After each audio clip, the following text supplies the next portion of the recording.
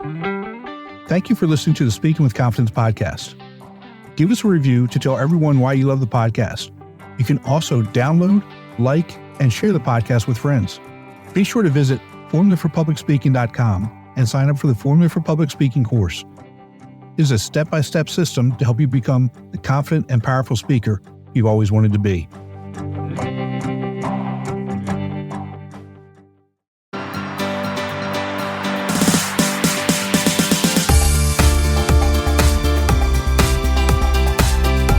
Welcome to Speaking with Confidence, the podcast dedicated to helping you unlock the power of effective public speaking. I'm Tim Newman, a recovering college professor turned communication coach, and I'm thrilled to guide you on your journey to becoming a powerful communicator. I want to thank each and every one of you for your support. It truly means the world to me. Please visit timnewmanspeaks.com to get your free ebook, The Top 21 Challenges for Public Speakers and How to Overcome Them. Michelle is a career coach specializing in career transition and leadership development. She helps mid-career professionals who feel directionless take action to land careers that energize them.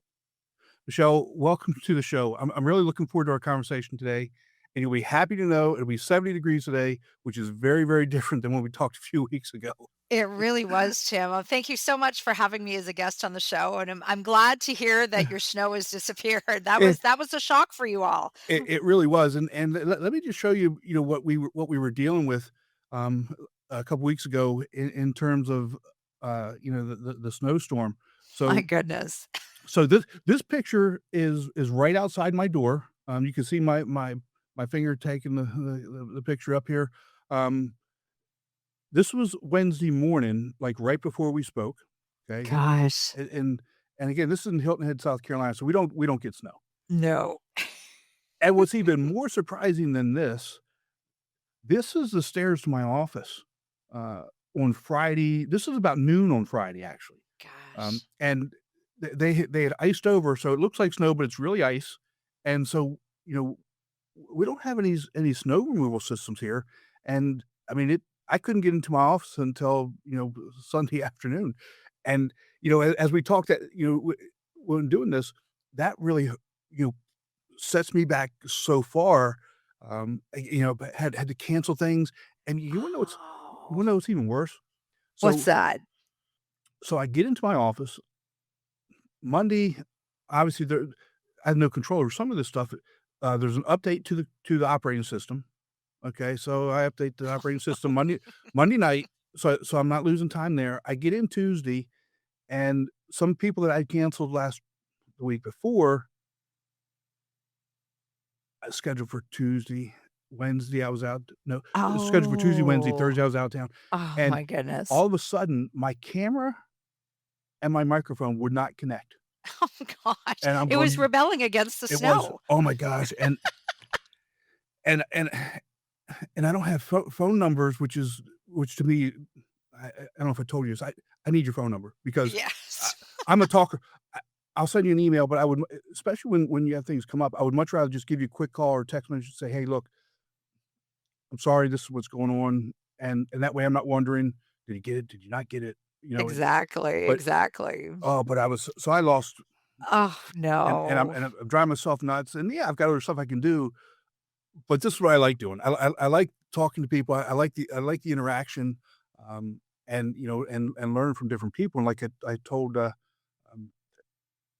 there was a post on LinkedIn a few days ago. The people that I've spoken to across the world over the last 7 or 8 months doing this podcast, and the friendships that we've built and the connections that I've built is just incredible. That's amazing. I mean, the power of connection, right? You have these conversations and, when you invest in the relationship, it turns into something really beautiful. So it's so wonderful to hear that. Yeah, it is. And again, this is how we connected and how and just think about this, you're gonna be talking to my daughter doing some maybe doing some work with her just because of this connection as well. So I this is the power know. of this. It really is, like, you the thing that I've always been amazed at over, not just the course of my career, but I mean, like, just the course of my life is you never know where one conversation is going to lead. And, you might think, "Oh, like, I don't know if I'm gonna get anything from this conversation," or, for me, because I work with people who are looking for work, it's easy to think, "Oh, this person I'm gonna talk to, what are they gonna be able to truly do to help me find my Right. next job?" And you might be surprised at what comes from that conversation. I think a large part of it is being open. Yes. It's being open and being curious and going into the conversation not with a limiting mindset, which is, "Oh, this person can't help me, so therefore, nothing will come of this." That's a limiting mindset. But Right. when we go into just even regular conversations with, what we'll call that growth mindset, where we can see like opportunities as opposed to limitations. You just never know where those conversations are going to go. And they could lead to something that's really productive, really Mhm. positive, and something, as you're seeing with some of the people that you've been working with, these are long lasting relationships and in some cases even turn into friendships. And Ex at the exactly. start, it was, you didn't know where it was going to go. So Exactly. amazing to hear that. It is. And you know, when you look at it again from a bigger picture, again, take a step back and not think about any type of interaction of what can it do for me, but Yeah. look at it from that bigger perspective. Because remember, it's not always about you ever. I mean, I Yeah. it's let's get out. Let's get away from that and um, you know look at things from a bigger picture and how we can be of service to others or let's just see where it goes. I mean, Exactly. you could have a conversation like I did last week with an individual, um, and it was great talking to him, but from the podcast perspective, there just wasn't the connection there. There wasn't, Yeah. and that's great, And but that's it okay. is. It really is. Um, Yeah. I mean, it's interesting as we're talking about this and just, the power of relationships and connections and certainly how when we build on those relationships, it also builds our own confidence, like Absolutely. to have more conversations. A friend of mine in a networking group that I was part of years ago, like when I started as a career coach, I was part of this business networking group. And he had this saying, and I repeat it to clients, today. I'm going to share it with your listeners right now, which is, think about networking conversations. And networking conversations are really like, you're having conversations with the purpose of, exploring possibilities and Mhm. maybe learning about organizations. But he said, approach it with the interaction in mind. It's all about the interaction and not about Right. the transaction. So the transaction is, I'm just going to go and like, Tim, I'm going to have a conversation with you. So, I'm just going to have this conversation with Tim. I'm going to learn information. It's going to help my job search. End of story. Nothing else that happens. That's a transactional relationship. Right. But when you believe in the interaction, you're going to steward that relationship. You're going to build Mhm. on it, and check in with you every now and again, or maybe even from the perspective of looking for work, sharing your progress and, Right. courses that you've taken or advice that that person gave you, let them know what you did with it. That's all about the interaction. The interaction is the relationship. And when we approach these conversations with the interaction in mind, they can go to really great places and sometimes be very, very surprising.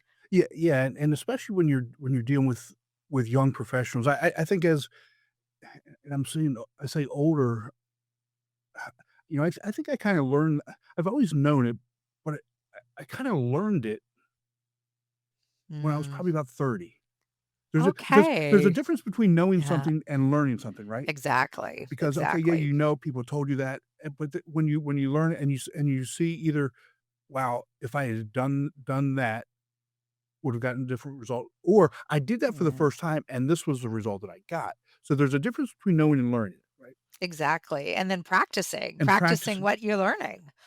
How do we, get this get that idea embedded in young professionals' minds so that they don't have to go through some of the things that we've gone through. I mean, you've got kids, I've got kids, and Yeah.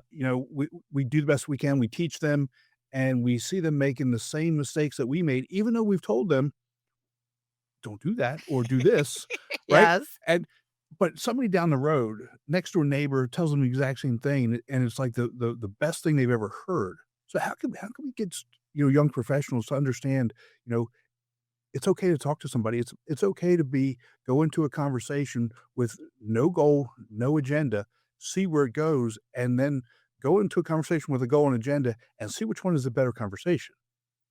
Yeah, I mean that's such a great question because, to your point, you learn more about, the power of having these conversations like when you were 30. And, I would say the same for me. I mean, I didn't start any networking activity until I was about like 34 or 35. And the only reason was because of something that happened that necessitated it. I had lost my job.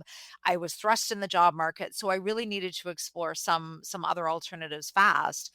But this is something that we can build at a much earlier stage in life. And, if I think back to, things that would have helped me when I was a young professional, young Mhm. adult, to be able to step into these conversations with confidence, it would have been having some kind of, framework. And, to your point, maybe you don't know exactly where the conversation is going to go, but I find that, and I'm going to speak with about my adult clients now for a second. I find that people avoid having conversations because they just don't know what to do. Mhm. They don't think that they're going to be good at it, and they don't really know how to do it. They don't really feel like they have the skills, so then they just avoid the conversations completely. And in the context of looking for work, that can be disastrous It is. because, having these conversations and building relationships when you're looking for work forms, I'm going to say, like upwards of 80% of the amount of time that you need to invest in finding that next job. So it's more giving people the permission to be able to reach out, but with a framework. So when I'm talking about that, it's not even necessarily establishing what the outcome is going to be, but it's thinking about putting the other person first. And so if you're a person that naturally is curious, likes to ask questions of yourself or of other people, that's going to be a skill that you can contribute to these conversations earlier in life. Right. So I'd say to all of your listeners, before you have a conversation with someone, and this is even just, you could be talking about, like with a friend, or maybe you have like a new neighbor or somebody at school that you're meeting for the first time, ask questions of the other person. And so I find it can be really helpful and less daunting to be in the conversation when you've thought about the kind of questions that you would want to ask. So, for example, let's say you're going to a group event and you're not really sure like who you're going to meet or where the conversation is going to go. Think about those questions you can ask, like, so why are you here, like what attracted you here, and like, well, like, what are you hoping to get out of today, and how did you get here, and asking questions about the other person, you're going to learn things about them, and it's a great way to keep the conversation going. And then you see where the conversation goes. One thing leads to another. Think about bringing those questions to the conversation. You're going to learn about the other person. You're going to learn, something new that might help you with your own career Right. aspirations. And then it becomes a really useful conversation to have. But having that framework and the preparation beforehand really builds the confidence. It really does, and so glad you said that because I'm somebody that harps on preparation and research and preparation and research and pretty much everything that we do or Yeah. everything that I do, or talk about. Think about it from the perspective of if you're going to go into, like, let's just use that example as a networking event, and you don't have any idea of who's going to be there. Like, most I mean, networking events take on all different kinds of shapes and sizes and that sort of thing. But if you're going Yeah. to your industry networking event, okay, who do you think is gonna be there? If you're going to, a town, a business networking event, you know, who who's members of the chamber? Yeah. Think Exactly. about those types of things and, and approach from there. Because if you walk in cold and you're not comfortable talking to people, that's you get right back into this, "Okay, I'm here. I I don't know who's here. I don't like talking to people. I don't know where to start. Okay, you're gonna stand there for 5 minutes. You may go over, get a couple bites of cheese and a drink, and then you're out of here, and you've just lost an opportunity, Oh, um, yeah. and it's Many I opportunities yeah, probably. and so that's part of it, and obviously, uh, I'm somebody who asks a lot of questions, and and I d you know, I don't take myself very seriously, and I tell, you know, my clients, I'm okay with being the stupidest person in the room. I really am, because if I don't understand something, or if I wanna know something, I'm not gonna just wither. I'm gonna ask a question, or, try and get the information or what have you, because I'm probably not the number 1, I'm probably not the only one that has that question. Yes, exactly. And it's interesting, like, as we're talking about, asking questions. I mean, yeah, of course we can learn so much, but it's just continuing that conversation. Mhm. Like I find, like, I don't know if you've ever gone to an event, Tim, where, you walk in the room and somebody like almost thrusts their business card in your face, Yes. starts talking about, hey, like this is about me, this is what I can do for you, and it's all about me, me, me. Mhm. So, when you're at an event, especially, I would invite your listeners, like, turn it around, actually. Exactly. It's not about you. So maybe your backstory is you want to learn about a particular sector, or you want to learn about a particular career path, or you want to learn, about, like how somebody was able to enter a particular job. Make it all about the other person and less about you. And so, what can make people, comfortable and can really build that confidence is think about being at an event like just having a conversation in day to day life. And the thing is, a lot of my clients Mhm. will say, but Michelle, like, I don't know how to do this. I've never had to network. And I said, okay, let's frame this in a different way. I said, do you have conversations? And they say, well, yes. Yes. I said, have you ever had a conversation with somebody that you did not know at the time that you met them? And they said, "Well, yeah, actually that happens all the time. Like, there's, somebody new like sitting beside me in class, or, like there's a new neighbor and I say hi and we start to have a conversation and I say, "So you're already doing Are you it." doing it right? And that's something that can really, help individuals speak with confidence, because when you reframe something Mhm. big like networking, it seems really, daunting, because the word tends to create a lot of anxiety for Anxiety. people, Yep. a lot of fear. But when you reframe it to say, networking is really just about having conversations. It's about doing research through conversation, because you do want to learn about the other Mhm. person, about their organization, about, what their path is. But you already have conversations every single day. This is something that we already have a skill on. So I find when we reframe something that seems really big and really like we're fearful of it into something that's more familiar to us, it just gives that way in Right. to allow people to have these conversations. And and I'm going to be honest here, Tim. So you said you learned this Uh, skill at 30. I said I learned this at age 34. I made a ton of yes. mistakes when I started, just reaching out and having conversations. It was clunky, it was awkward. I really don't think I knew what I was doing, but I was trying my very best. But the thing is, the more I did it, first of all, I was learning, I was Mhm. adjusting my approach, I was bringing new questions, I was just like in the conversation in a different way, but it was building my confidence Confidence, too, right. because the more, as well, like the more you do something, the more comfortable you're going to feel with it. And having these kind of conversations and building relationships falls exactly in that category. Exactly, and the better you're gonna get. Again, full disclosure, going to a networking event for me is like death. I mean, I hate doing it. I don't wanna do it. It's, for any number of reasons. I mean, I'm a naturally, I'm an introvert, but if we reframe it and look at it from a different perspective and understand there are certain things that we have to get over and do, and look at it, like you said, make it about other people. It I'm not gonna say that it makes it easy, but it makes it easier. and it Yeah. and a little bit more comfortable for you, and again, doing it.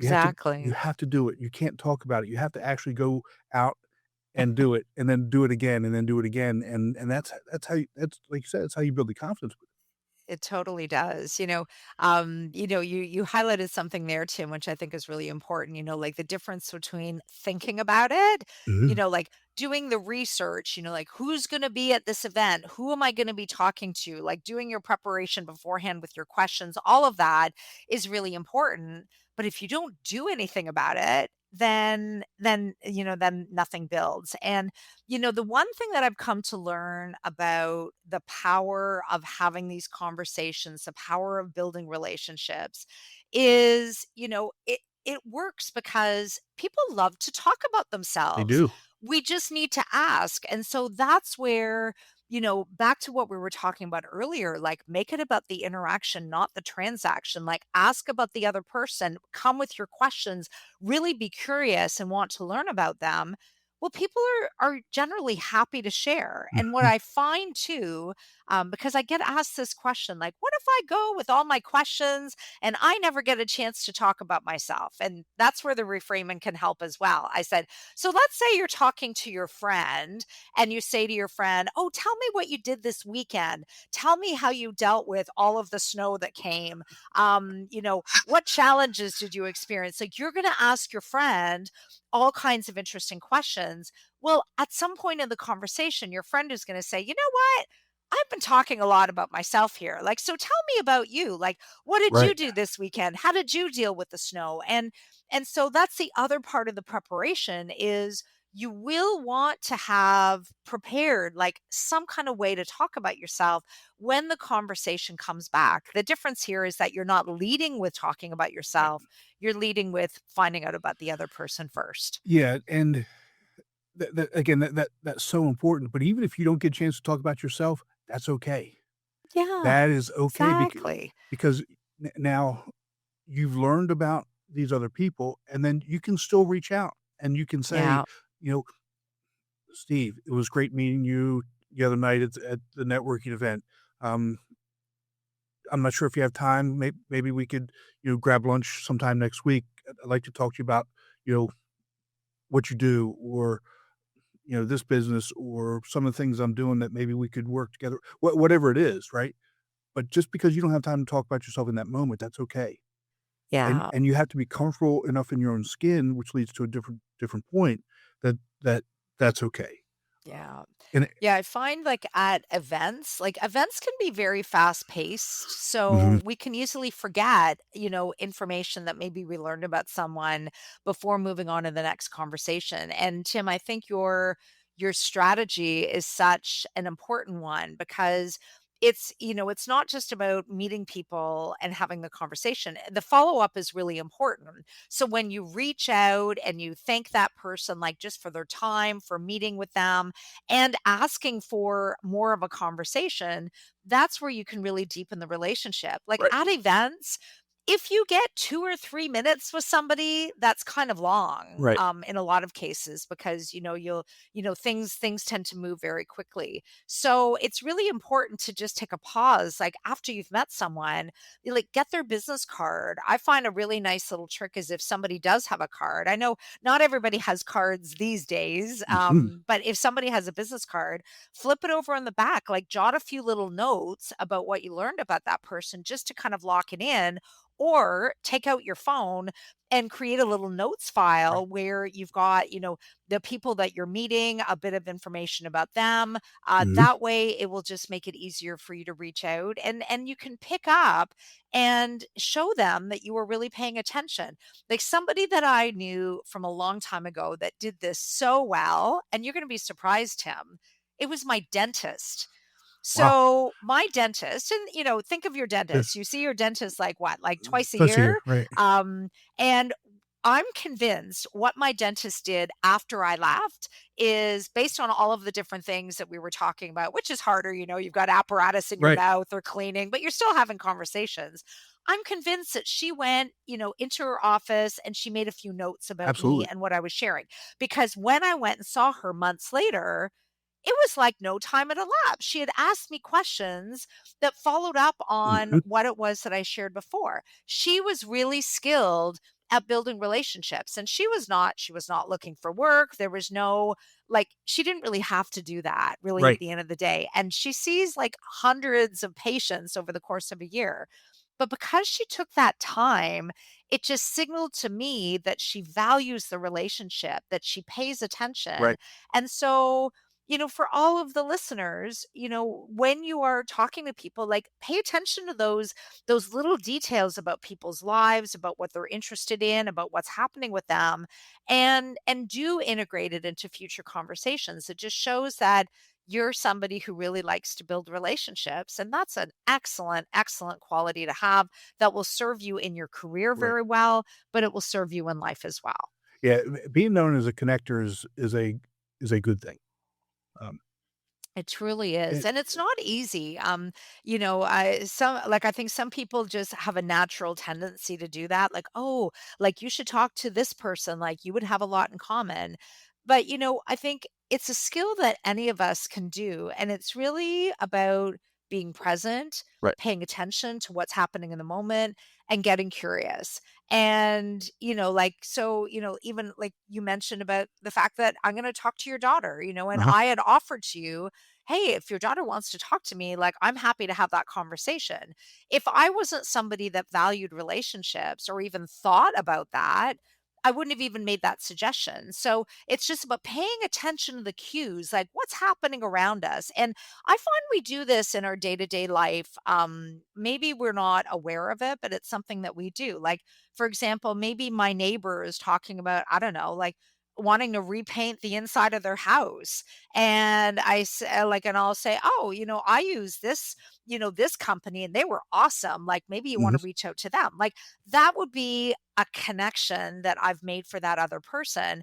I'm Right. not like thinking every day about doing these kind of things, but in the moment, those opportunities present themselves. So it's capturing those opportunities and using them to enrich somebody else's life, and people will remember that. Exactly. They do. They do.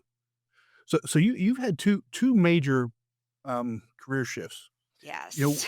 what was that like? What did you learn? And how are some of those things related to, like, a young professional just starting their career and looking for work? Because Yeah, it's hard. absolutely. It's hard. It's hard. It's a tough job market. Looking for work requires a lot of work. And, a number of people, and young professionals included, because I have worked with some clients who are like just out of university, who are looking to establish their careers and not really sure like what direction to go in.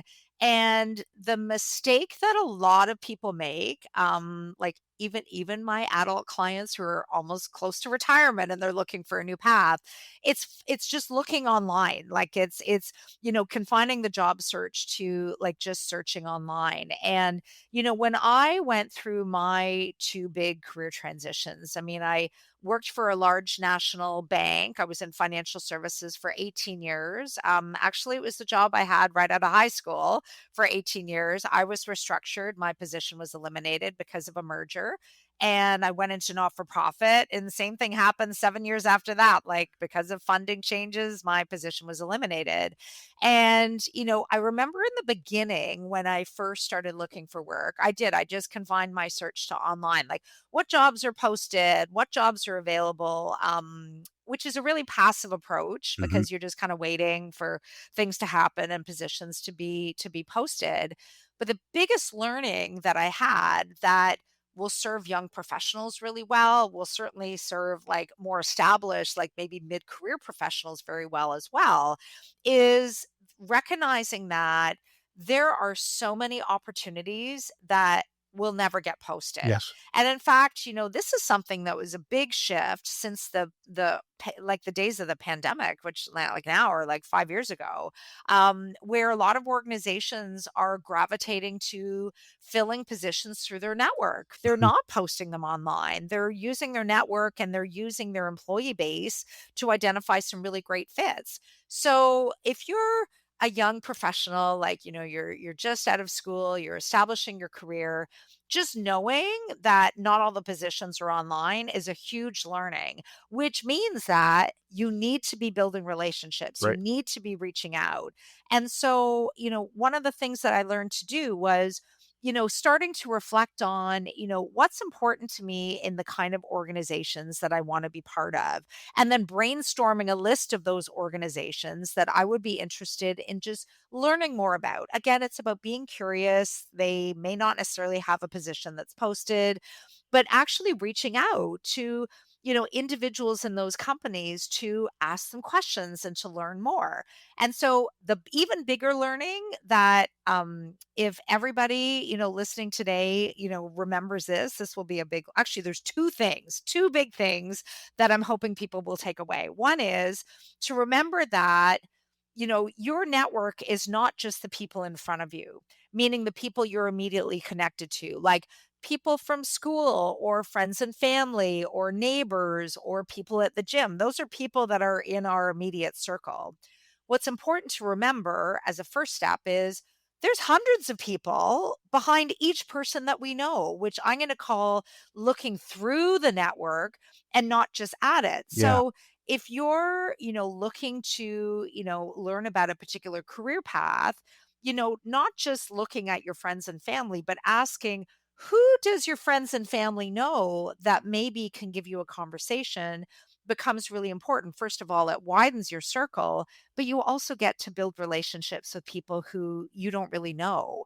So that was the first big learning from all of my transitions. But the second one, this one is huge, is every time you talk to somebody, whether you're asking them to look at your resume or you're asking them to, help you better understand what other courses you might need to take in order to get into a particular career path or job, it's the importance of, with every conversation, ask who else in that person's circle they would be comfortable in connecting you with. And when we do that, we're naturally going to get to talk to new people, Hmm. which means we're naturally going to find out about other organizations, other career paths. With every conversation, it can lead to a brand new conversation. And the power of that is like It exponential. Like really there's is. no price tag on that kind of network building. Yeah, you're absolutely right, and the whole idea of reaching out to people, at different organizations and just, having an informational interview, 5 or 10 minutes, it's so Yeah. critical, and, one of the issues that, you know, people complain to me about is they'll reach out, they'll email somebody and not hear back, and I say, "Well, Yeah. did you call them? Did you Yeah. was your email professionally written?" Um, Exactly. were you, asking something that was unreasonable? Did you give them an opportunity to say to say no if they don't have the time? Uh, but I think it's so important, the follow-up is so important. It The really picking up is. the phone. I mean, I say pick up the phone like it's back in 1990, we actually had to pick up the phone, It but still works. it does. But call somebody, dial the number and actually talk to them, because that to me is so much more personal. A lot of times, Yeah. emails come through and number 1, if I don't necessarily know the person right off, or if the subject line isn't something that's gonna hit me right away, I may not delete it, but I may not actually read it or answer it. Exactly. Um, and then it gets further down the email line Yeah. and may get lost. But if you pick up the phone and you reach out, I find that, most professionals, if you come at them with a professional ask in in a reasonable way and they've got time for you, they will help. Yeah, for sure. And Tim, you've just highlighted something really important there, which is, the importance of, like, even being prepared to reach out. Like we were talking earlier about, like, how you can be prepared for the actual conversation, but it's also important to be prepared just to simply reach out to people. So Right. whether that's crafting a really professional ask that is very clear about, the purpose for you reaching out, because I find if there's no purpose in there, people wonder, who is this person? Why are they reaching out to me? Why do they want to spend time with me? So be clear about, what you're hoping that the other person can help with, but also be prepared if you are going to be picking up the phone. Like, you don't want to just be winging it and umming and ahhing through the whole thing, which is not as professional. So having an approach that shows that you're valuing that person's time as a gift, that it Mhm, is a professional reach out, you're going to be making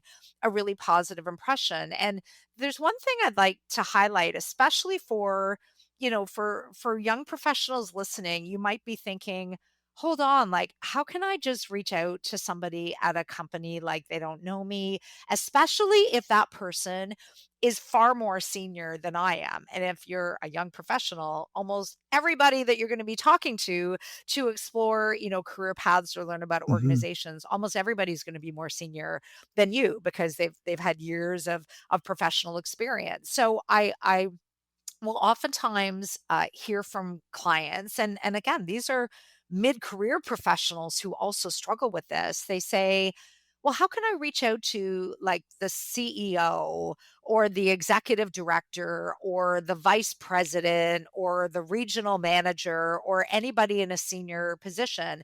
And what I hear from my clients is they say, that person is too busy, like they're busy leading the company. Why would they talk to me? And I call that a limiting belief Yes, because it's an assumption, it's a judgment. Like if we believe that, we'll never reach out to somebody more senior because in our head, we've already discounted it. We haven't right. even given them a chance. We already are assuming, oh, they're going to say no because like why would they want to meet with me? But here's the reality. The reality is these individuals, even if they have like a big title beside their name, they're human, Mhm, first of all. They're just a person who happens to lead the company. They've also had to do a fair amount of networking themselves to get to that senior role. And because they're human, they want to help. Most people really do want to help. And so when we reframe that, it just gives us a way in. Like I'll tell you a short little story that emphasizes this. And this is something I share with lots of my clients because it's a true story. So back in the days, before I got into coaching and I was looking for work, one of my connections, a former colleague of mine, had put me in touch with somebody who, was senior. This person was leading our community foundation, which, gives grants to different organizations within the city. And, being in Ottawa, Canada, there's yeah, a number of not for right. profits here. And this person referred me on and said, oh, you know what? You should talk to the chief medical officer of health for the city of Ottawa because there's always things happening at the city. Maybe there's an opportunity for you. And at the time, I actually didn't do anything about that suggestion because in my head, I had that limiting belief of this is the chief medical officer of health who would be responsible for every single major health crisis that the city has. I said, why, like to myself, I said, why would he want to meet with me? He's way too busy. So I didn't do anything about it for weeks. But I kind of kept thinking about it. I kept coming back and eventually I just said to myself, you know what? I have nothing to lose. Let's say Right. he turns me down or he, doesn't respond. I'm no further behind. I could be very far ahead though. So I, mustered up my courage. I phoned and got his assistant. His assistant booked me in for some time the following week. Well, not only did this individual like have time, he gave me like 30 minutes of his time and we talked about, what was going on in the city. He asked me a number of questions about my experience and at the end he said, "You know what?" He said, "Nothing's happening right now in the public health area." But he said, "I know, like, he's been around for a while." He said, "I know that things change pretty quickly." So he said, "Send me your resume. I'll give it to human resources. You never know what'll happen." Well, Tim, 2 weeks later, I got a call from our Ottawa Public Health Human Resources, and they said, "You know what? Like, we have a need to have somebody, like, plan some medical conferences that are coming to the city. It's a contract opportunity. Would you like to be considered?" Of Well, the course. answer was Yes. yes. And I interviewed, I got the job. It turned out to be the best employment experience I had had, certainly one of the best, Mhm. and I would have never known about that if I had bought into that limiting belief of, Exactly. "This person's too senior." So, that's a big message, I think, for anybody listening today Yeah. is that don't allow somebody's title to get in the way. Like this person is human and they potentially could help you when you reach out, when you plan and prepare and you have a really Mhm. professional ask, chances are that person will want to help and that offer of help might actually lead to a job. Exactly. Exactly. And, that's so important to get and understand, and, uh, everything about that story is I mean, you could pick lesson after lesson after lesson, and, at any point, if you hadn't done something, what would have happened, right? Yeah. And Yeah, you exactly. you you just never know. Yeah. And Yeah, here's the we thing, even if you Mhm. called and he said no, number 1, that's okay. Or if Exactly. or if you called and you said, "You know what? I really don't have time, but I know who does have some time." Yeah. So now now Yeah. now you've got 2 different people that you've interacted with, or more. Exactly. So it's, just just dial a number. Yeah. I mean, I think, what you mentioned there kind of falls into the category of what's the worst that can happen? Like Right, so I reach out, what's the worst that can happen? Oh, the person says no. Okay. So, is that going to set you back? No, because you haven't lost anything, but you can gain a lot. So, I find, especially with having conversations, there's a lot of these like the limiting beliefs and the limiting beliefs nobody's imposing those on us. We are standing in our own way. right, And so when we get out of our own way and we take on approaches that allow us to reframe those limiting beliefs, it allows us to move forward. We can take positive production productive action and maybe that will build into a relationship that is going to pay dividends for years to come. You just never know until you take a chance and you do it. exactly. Is there anything else that audience should be thinking about as they go through the job search and networking process? I mean, we've talked about so much, haven't Yeah, we? And we've had some like really key takeaways, like if you don't ask, you don't get, certainly. The other thing I guess I'll leave everybody with is, we did talk about the importance of preparation and, I like to think about engaging in networking activity as like going on vacation.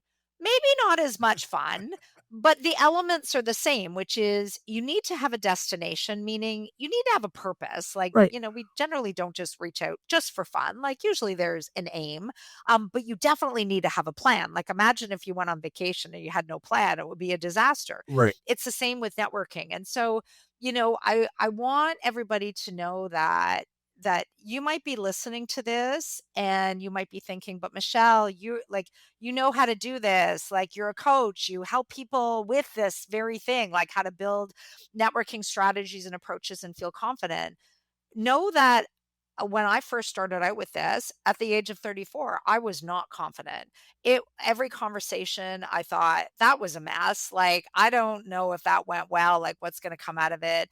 I really didn't know what I was doing in the beginning. And my confidence built over time from having done it. So I have seen it with clients that are very hesitant Right. to have conversations one on one or in events with people and when they are ready to take that step and they start doing it, the power of it is like just like there's no price tag. It leads to new connections. It leads to more Mhm. information. It Right, leads to jobs. And so if you're thinking to yourself, well, I can't do this, I'm not really good at it. Maybe you have more of an introverted communication style and it's hard to be in conversations. Know that everybody can do this with reflection, with preparation, with practice. It can be something that you can do. You just need to believe in yourself and know that there's a framework that can support you and can help to build your confidence. So, some big lessons coming out of today. yeah, and you again, you 100% correct, and I I I would just add one thing. I'm 56, I'll be 57 here soon, and I I still don't think I'm good at it because, you know, you go in and, okay, wow, I some of the things that come out of my mouth sometimes, are they're insane, and I mean, because that's just who I am.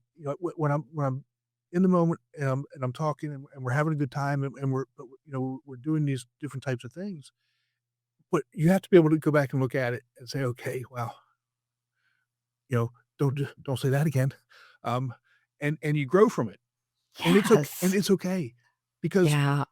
remember this: they're not judging you.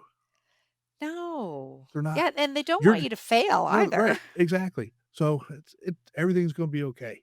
Exactly. But this is a very exciting time for you. Very It your is. your book, Cultivating Career Growth, Navigating Transitions with a Purpose, was released on February 6th. Tell me about it because I've done a book and I'll never do it again. I'm I'm It's a lot never of work, isn't it, Tim? I'll never say never, but there's no plans to ever do it again.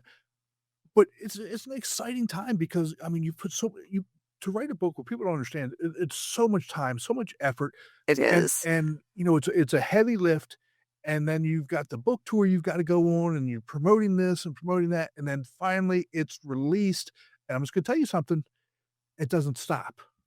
It It doesn't doesn't. It's stop. just the beginning, isn't It it? is. So tell us about the book. Sounds great. Thank you so much for asking. So my book is really meant to give a framework and a system for individuals looking to explore new career paths or find new work because they've been displaced through restructuring or other means. And I find when individuals are looking for a job, like whether it's because they've lost their job suddenly or whether they just don't feel the love in their work anymore and realize that they're meant for more, what I find people struggle with the most is figuring out, where do you look? How do I know what I'm looking for? And, what is a plan or a strategy that's going to support me in finding what it is that I really need? And so, my book will take readers through some reflection, thinking about what work really energizes you, the kind of companies that you really enjoy working with, and those deal breakers or those non negotiables, the things that you Right. have to have in your next step. So it's part reflection, it's part, starting to like build a strategy that will have networking as the core of the strategy to look for work. So certainly our topic today fits very nicely into my book. And it's also part workbook. So not only is That's it a sharing like strategies and tips and resources, but in every single chapter, I've got like some reflection questions and lines like built right into the pages where you can write in your notes, you can write in your reflections, the things that are important to you from that particular chapter that will help you form your job search strategy. So I'm really excited. It's a combination of not just my framework, but client stories along the way, and also my own experience because I've gone through transition. Mhm.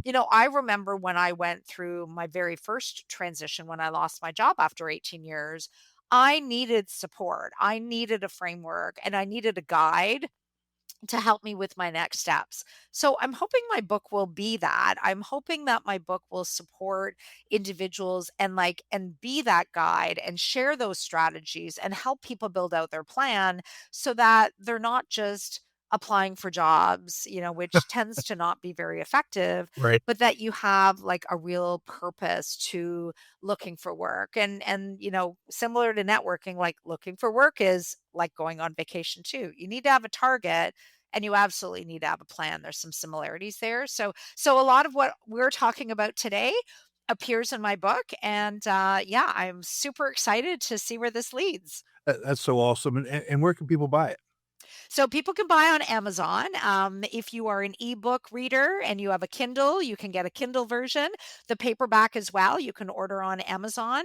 And you can also, if you're interested in just, I'm going to say, trying before you buy, you can go to my website and you can get a downloadable free chapter from my book. So you can get a taste for what the book is all about. And that will give you a sense for, what it is that I'm talking about and, hopefully lead you to buy the book. So my website is mschafercoaching.ca. There's a tab that is called My Book. You just click on that. You can sign up to receive the free chapter and also stay in touch with me to hear about other offerings that I will be bringing forward after my book is out in the world for a little bit. That's awesome, and I'll put that link in the show notes. Excellent. Where else can people find you? So you can find me on LinkedIn. If you would like to follow me or connect with me, I post on career exploration and job search topics, I would say at least 4 times a week. And this topic of having conversations and building relationships is one that I'm quite familiar with writing on. So do look for me on LinkedIn. Go to my website. Again, it's mschafercoaching.ca. I've got lots of resources there and articles that I've written that may help you in your own exploration, and you can learn more about my services as well. So a number of different places that you can find me. And if you feel motivated after listening today and you would like to reach out and have a conversation with me, my email is michelle@mschafercoaching.ca. You can book a complimentary 30-minute discovery call with me, especially if you've got some questions and some challenges and you just need a conversation partner. Feel free to reach out to me directly that way. Michelle, that's awesome. Thank you so much for sharing that. And I will say, um, make sure you follow Michelle on LinkedIn because she does put out really good and valuable, actionable information, Thank you. and it's phenomenal. Michelle, but thank you so much for sharing such valuable information with the Speaking with Confidence community. I really do appreciate it. Thank you so much, Tim, for having me today. Be sure to visit speakingwithconfidencepodcast.com to get your free ebook, Top 21 Challenges for Public Speakers and How to Overcome Them, and also register for the Formula for Public Speaking course. Always remember, your voice has the power to change the world. We'll talk to you next time. Take care.